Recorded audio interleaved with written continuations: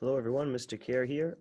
Hope you're enjoying your day. And today's class is our third lesson, and it is going to be on aristocrats and democrats. And we're going to talk about the idea of democracy and forms of government.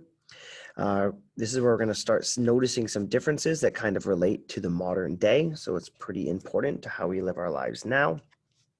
As always, your keywords are here. They're also going to be on the board, of course. So make sure you understand these words, not only just the definition of them, but kind of how they relate to the greater scheme of things. In particular, a lot of the keywords you will often hear in modern usage. So good to hear. You're going to hear it on the news, going to hear it in other books, probably for the continuation of your life. So pretty good to learn them right now. And of course, we have our key concepts on the right. Of course, keywords and key concepts have an equal chance of showing up on tests or assignments, so be familiar with them. And at the bottom, you will also notice your homework. Not too much, just make sure you're using the right format, using your own words, not copying off others, and making sure you get your work in on time. So without further ado, let's move on. Once again, if I ask you to pause, can you just please pause and reflect? Or if it's an activity, please pause and do the activity. It doesn't help you to rush through this at all, because if you rush through it, you are more likely to forget. So just take the time and study well. So let's get started. So first off, we need to talk about two big concepts. The first one is aristocracy, which is the picture on the left. Now, maybe you've heard this word, maybe you've never heard this word. Both are fine. But if we have a picture on the left, and if I tell you that aristocracy is a form of government, I think you can kind of make the realization. The person on top is on top because of what? All right, I'll let you think about that. And if you look under them, you will see other people. Now, if you look up and the person on top seems to have a large bag of something, the people under him, what do you think? Did they give it to him? Did he take it? Just looking at that photo kind of gives you a decent idea of what the government is about. We're going to go into further depth very shortly. But just look at that picture as kind of a reference. If you're not familiar with the word still or the process of it, don't worry, we'll cover it. If we look on the right, we have democracy. And as you can see, what is at the top? It is not a person. So this is probably what you're most familiar with. It's a word that we hear all the time. It's a word you've heard probably your whole life. And as you know, in 2020, we will be voting again for presidential candidate or the same president or whatever. So this is kind of what we're talking about. And as you can see, there's an arrow. So that would suggest probably a transition from one to the other. Now, today's lesson is important because today's lesson, I'm going to ask you to reflect on your life and what you see in the world around you. Because this is a lesson that we can see a lot of parallels to today, and maybe it'll make you question forms of government and maybe what is true and what is not entirely true. So yeah, let's move on to the next slide. All right, so here we have an old painting. As you can tell, these people are well-to-do. You could probably tell that without the iPhone. But if we look, we have a luxury brand bag, we have ear pods, probably designer sunglasses, an iPhone. This Y stands for a famous university. I'll leave that up to you to guess. And also we see this child with a Stanford hat on, this with an iPad. So this person is probably very, very well-to-do and probably has a position of power. If we look back at the first slide, what type of government form do you think they would probably represent from their photo? I'll give you a minute to think about that one. So if we go back, um, let's kind of look at our own government, for example. So as you know, we have a group of people called the Founding Fathers who kind of gave us the foundations of what we have today.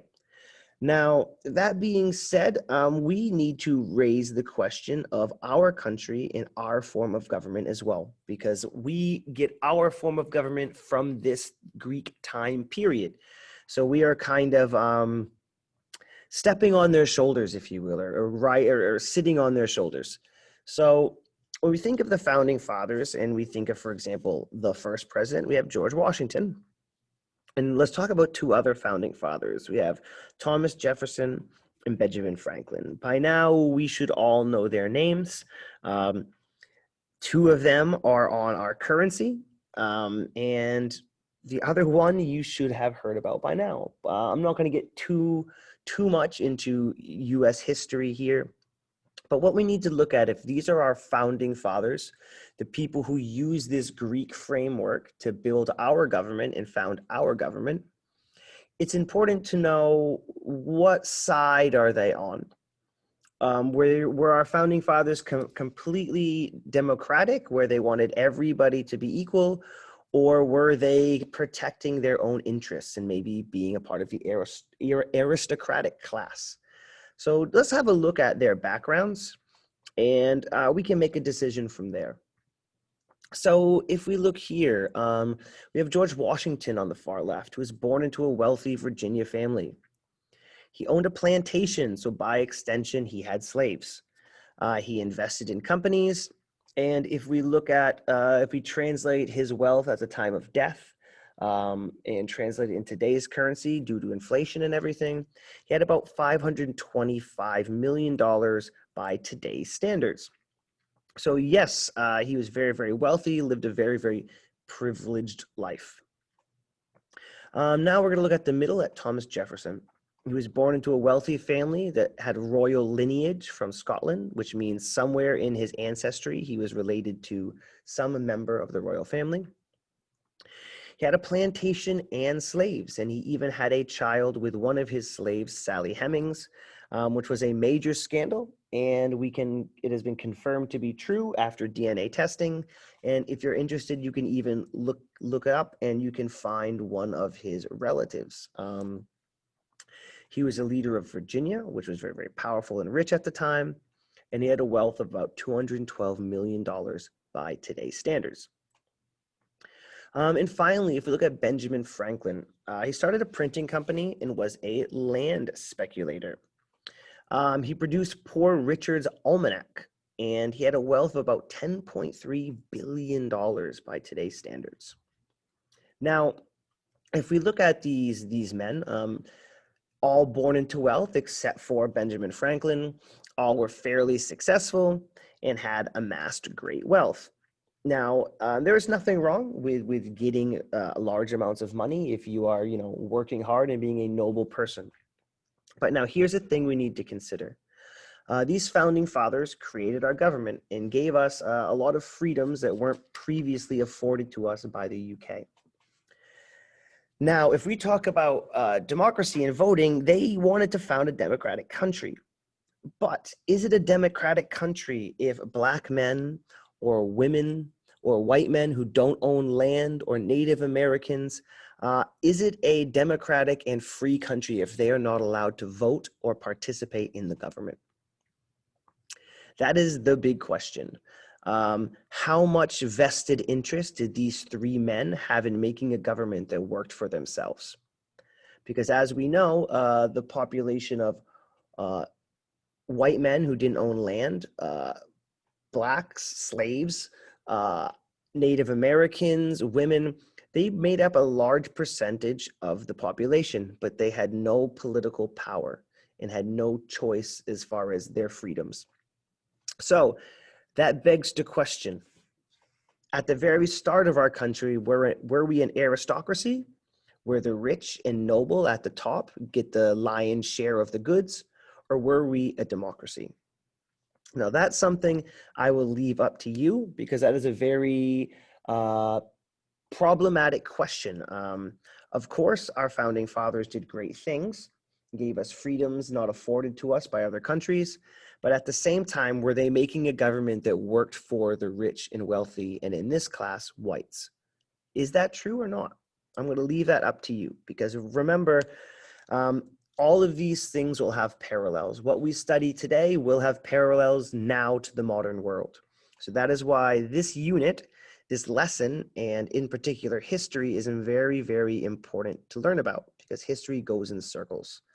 So now that we understand how a democracy and aristocracy work, and we've evaluated it in our own country, in our own society. For example, if we look at the USA today, if the US land were divided like US wealth, 1% would own this, which is this part of the US, 9% would own this, and the remaining 90% would own this. Now, some might argue that how people gather their wealth and accumulate their wealth is a success of our system. People are free to buy and choose what they want.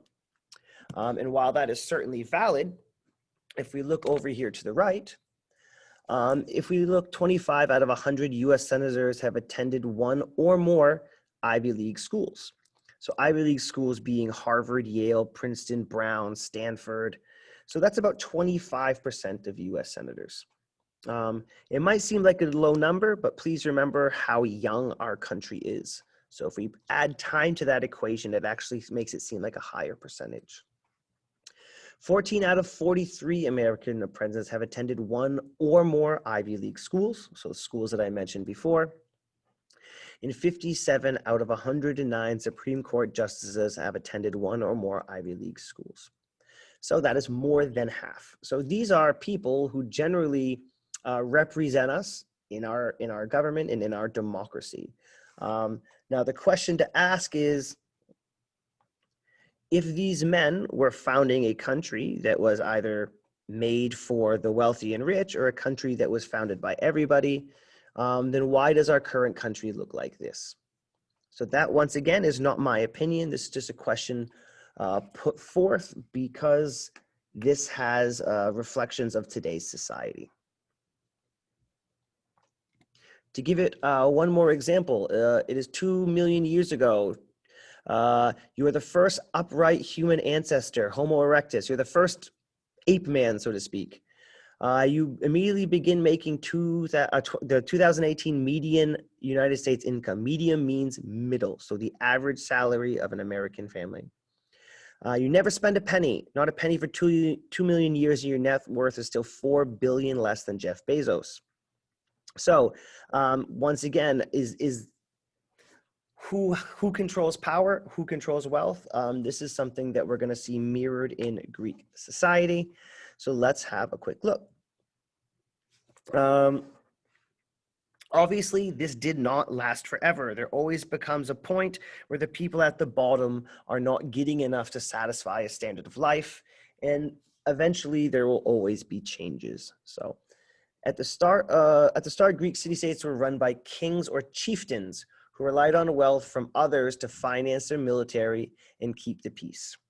So if I was a wealthy business owner and maybe I was not in the highest position of power, it's very advantageous of me to share my wealth with people like myself to create a military to protect my interests, right? If I have a large farm, many crops, well, the chances of bandits or people stealing from my property are much less if I'm giving a little bit of my profit to create a military. As time progressed, these wealthy groups became known as aristocrats. This translates to best men in Greek. Once again, the conception of women being the best at anything at this time was laughable to the Greeks. We obviously know that is wrong, but unfortunately at this time, they weren't as open-minded as we are today. Eventually, these families overthrew the kings and the nobles took power, and that is called an aristocracy.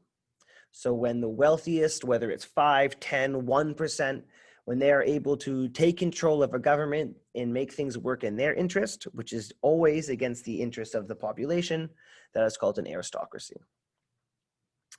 These aristocrats had a monopoly which means 100% control, controlling worship to the gods, making rules and laws, and were the only ones able to participate in politics.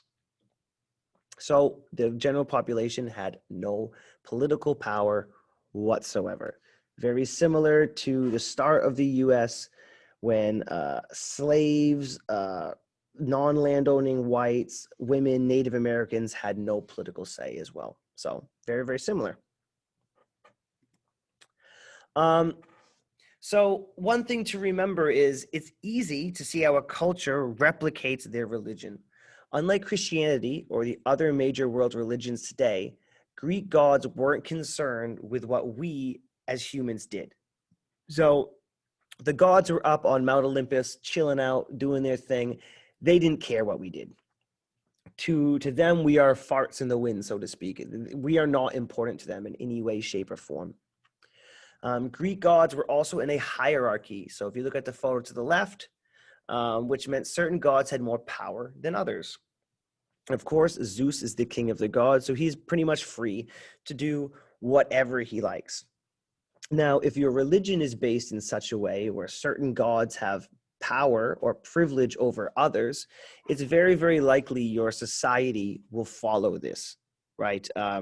Because it's what you know. If you believe the gods are responsible for X, Y, and Z, and certain gods have certain powers over others, then that's very easy to translate into society, saying, well, Zeus must like me more because I seem to be wealthier, so that puts me at the top of the pyramid. So this is a problem we're going to see throughout human history, hierarchy. So it's an important term to know. Right, so we have this society where the rich are at the top and basically control everything, worshiping gods, political power. So how do you think this is going to change? All right, I would like you to just take a minute to take a guess. Was it something biological, like a virus? Was it warfare? Was it a natural disaster? Or was it a revolution when the people rose up? So take a second, to reflect and have a guess. What do you think was the main reason? All right. So once again, you can please pause your video to reflect on those moments. Once again, taking that minute, even if you're right or wrong, I think is pretty important in your thought process.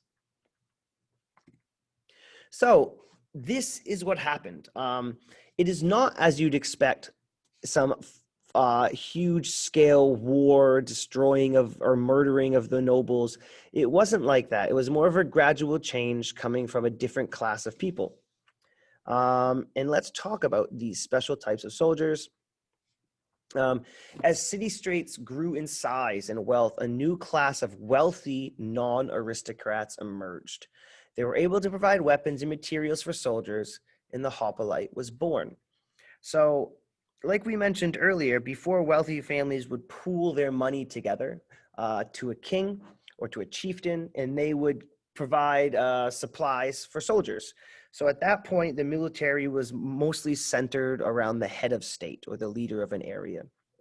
But now you have wealthy non-aristocrats, so people who have no political power, but they're wealthy enough to afford extra things. And these wealthy non-aristocrats began to supply weapons to a new type of soldier. Their armor, use of a spear, and the hoplite formation made chariots outdated and useless. So previous to this, military combat was basically two horses carrying a war chariot, which had one person controlling the horses and another person on the back with a bow or a spear or a javelin, kind of running at lines of people.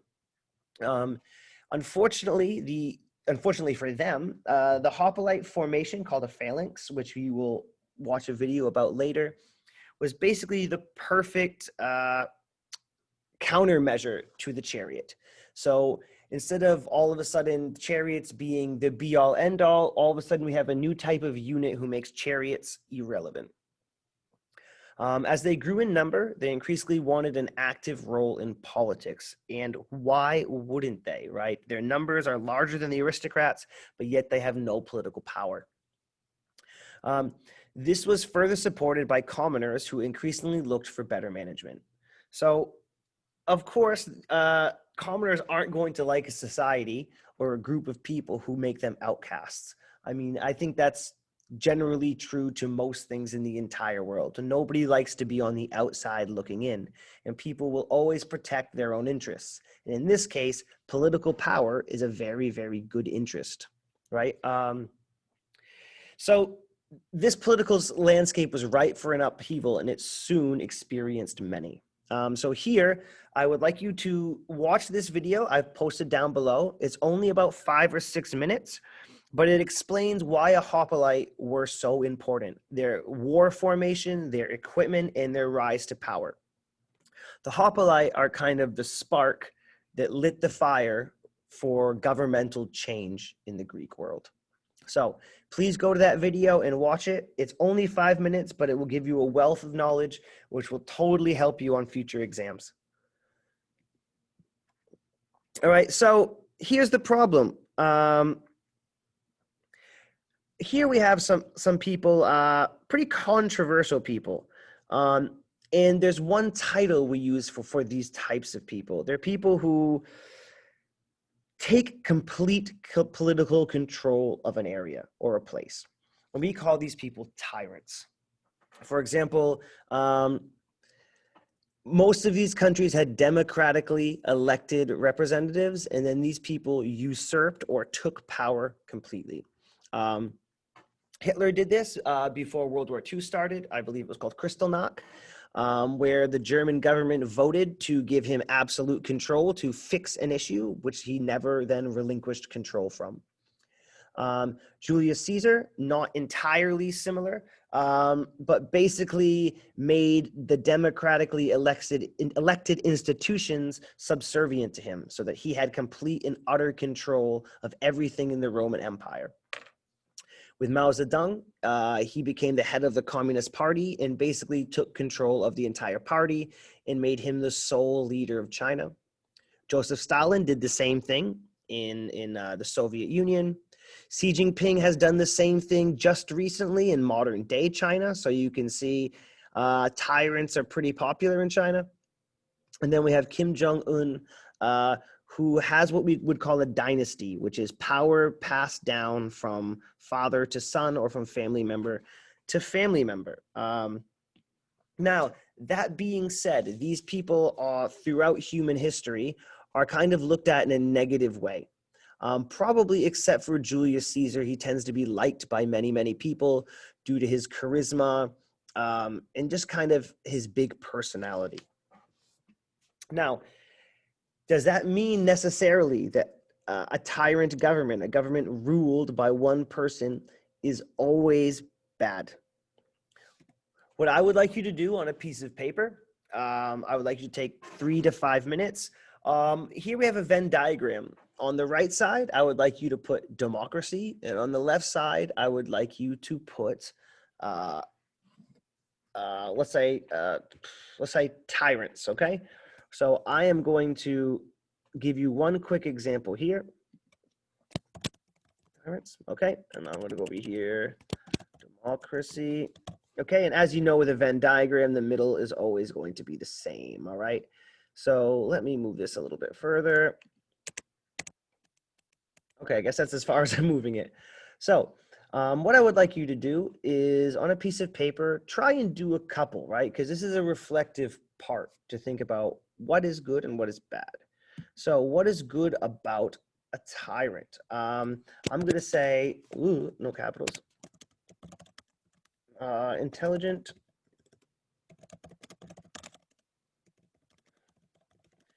So if they're intelligent, they can run the country very quickly. What I mean by that is if a leader has absolute control and maybe there's a natural disaster or a pandemic, a leader who has absolute control can say, do this, this, this, do it now. And nobody can question them. So if they're intelligent and making a good choice, then that can be very, very efficient. So that might be a good thing about tyrants. Let's say with democracy, people are guaranteed, oops, I don't want to say promise, people have a political, I can't spell today. People have a political voice, right? In a democracy, if you don't like something, you have the ability to stand up, right? That is a good thing. In a tyrant, in a country that's tyrannical, you could possibly disappear for having a political voice. And if we're going to go here in the middle, what is something that they both have in common? Let's just say that, let's just put it this way, powerful leaders rise to the top. Right? In democracy, maybe a great speaker, maybe somebody very intelligent or somebody very rich will rise to the top. Let's be honest, how many in America, how many super poor public school, public university presidents have we had? If you were to Google it, you would not be very happy because there's like none. And with a tyrant is normally somebody who has a very, very strong opinion or a very, very strong personality who is able to get people to listen to them and to take control. So please spend a couple minutes working on that. And when you are done with this PPT, and you are more than welcome to go ahead and start on your homework. I understand this lesson was a little bit fast and had a lot of information in it. But please go back and reflect on it, because this is something that affects us today. In our country, are we really represented by the people? Are we really a democracy or not? If the richest and most wealthy people own everything and have control, can we call ourselves a democracy? That is something we need to think about, because it's something that is a big question in our country. And it's something that as you become an adult will become more and more and more important. So that's it for me. Enjoy the rest of your day, guys. Have a very, very good one.